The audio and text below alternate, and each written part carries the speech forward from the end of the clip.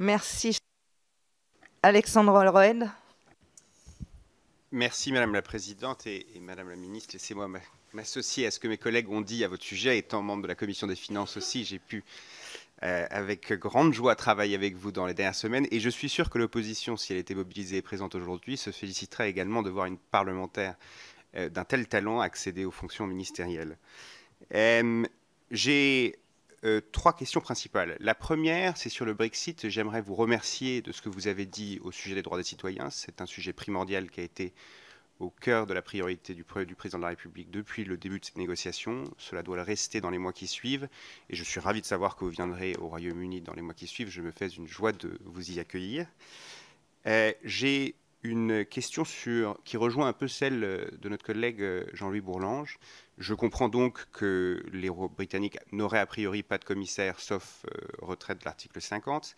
Mais cela dit, dans les équilibres parlementaires, y a-t-il une garantie juridique qu'ils ne participeront pas à la mise en place du Parlement, au choix des présidents de commission, au choix des rapporteurs éventuels, et ainsi de suite, et à tous les choix liés à la mandature en dehors de la commission, si tant est qu'on arrivait à faire en sorte qu'il n'y ait pas de commission. La deuxième chose, c'est j'aimerais vous remercier de ce que vous avez dit au tout début sur le lien qui doit exister entre le Parlement et le gouvernement sur la question des affaires européennes.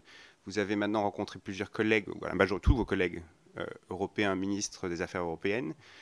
Vous savez que dans la majorité des démocraties parlementaires européennes, le lien entre le gouvernement et le Parlement sur les affaires européennes est bien plus fort et bien plus contraignant que dans notre Ve République. Et j'aimerais savoir si vous avez des réflexions sur comment ceci pourrait évoluer dans les mois qui suivent, parce que je pense qu'un contrôle du Parlement national sur les décisions prises à Bruxelles, qui concernent pour beaucoup d'entre elles des questions nationales, est primordial.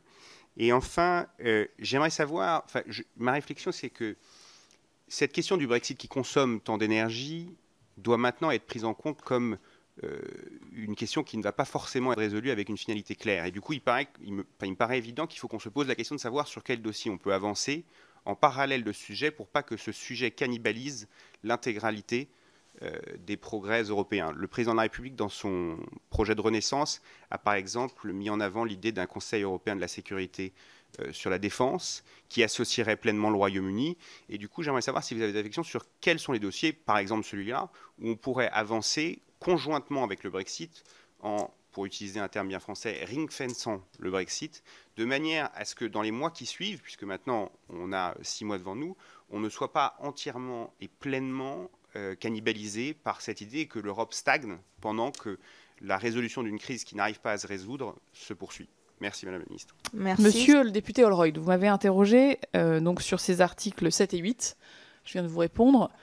C'est pour ça qu'il y a un point d'étape prévu au Conseil du mois de juin, qui aura lieu vers le 20 juin, qui nous permettra d'avoir une première appréciation de l'application dans l'esprit et dans la lettre de ces deux paragraphes de nos conclusions. Vous m'avez ensuite interrogé sur notre capacité à avancer sur le reste.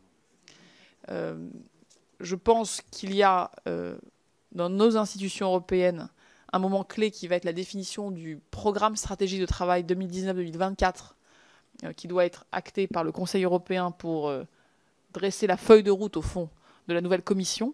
Je pense que sur ces travaux-là, notre ambition doit rester totale. Et ensuite, il y a un certain nombre d'enjeux où effectivement la coopération bilatérale et collective avec le Royaume-Uni doit se poursuivre. Et je pense qu'il faut qu'effectivement les choses puissent se passer dans un cadre qui ne soit pas pollué par les atermoiements juridico-politiques qui sont aussi ceux du Royaume-Uni. Donc comment on avance ? Eh bien, on est extrêmement clair sur le processus et on tient cette date du 31 octobre, considérant que le nouveau collège de la Commission doit pouvoir partir sur une feuille de route qui a été décidée par les États membres qui composeront ce nouveau collège. Et c'est là-dessus qu'il faut qu'on puisse nous accorder. Vous m'avez ensuite interrogé sur les liens à construire et à nourrir avec le Parlement. D'abord, si je suis ici aujourd'hui, c'est non seulement parce que la nuit a été longue et qu'il y a plein de choses à dire, mais c'est aussi parce que je pense important de donner la primeur à cette commission des conclusions du Conseil lorsqu'il se tiendra. Et je vais veiller à ce que systématiquement je puisse être présente dans cette commission après les conseils. Nous avons également eu des échanges avec votre présidente sur la capacité que nous aurions à organiser dans l'hémicycle des débats concentrés, politiquement pertinents, sur des enjeux européens, notamment en amont des conseils. Sujet que vous savez, votre présidente porte avec beaucoup de détermination depuis le début de sa présence parmi nous, et sur lesquels j'aimerais pouvoir réfléchir et aider à ce que nous puissions avancer. Je pense aussi qu'il faut réussir à sortir plus généralement l'idée que les questions européennes sont des questions sectorielles.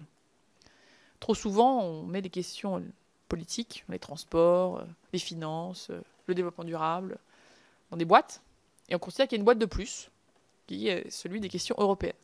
Si on continue à penser comme ça, et l'organisation de cette assemblée d'ailleurs a été construite comme ça, je pense qu'on finira par toujours buter sur une forme de frustration.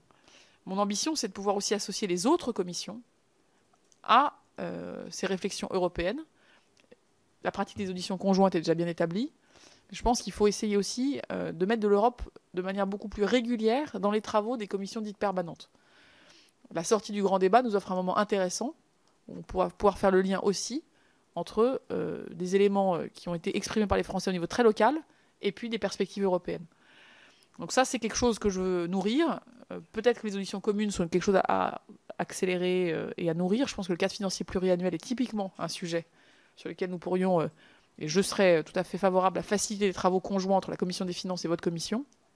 Mais c'est aussi le cas sur le paquet mobilité avec la Commission du développement durable, sur l'énergie, sur un certain nombre d'enjeux où il faut justement, où les questions sociales, arriver à sortir l'idée que ce serait un secteur de plus. L'Europe n'est pas un secteur de plus, elle est transverse et elle est partout. Et puis, dernier point, je pense une meilleure information.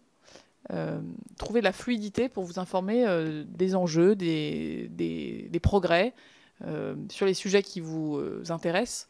Et je pense ici pouvoir le dire officiellement, j'aimerais pouvoir vous accueillir donc au Quai d'Orsay de manière régulière pour des échanges informels, peut-être sur un rythme mensuel, pour l'ensemble de la commission ici à l'Assemblée et aussi au Sénat, pour que nous ayons des espaces d'échange d'informations qui sortent aussi du cadre très formel de nos auditions.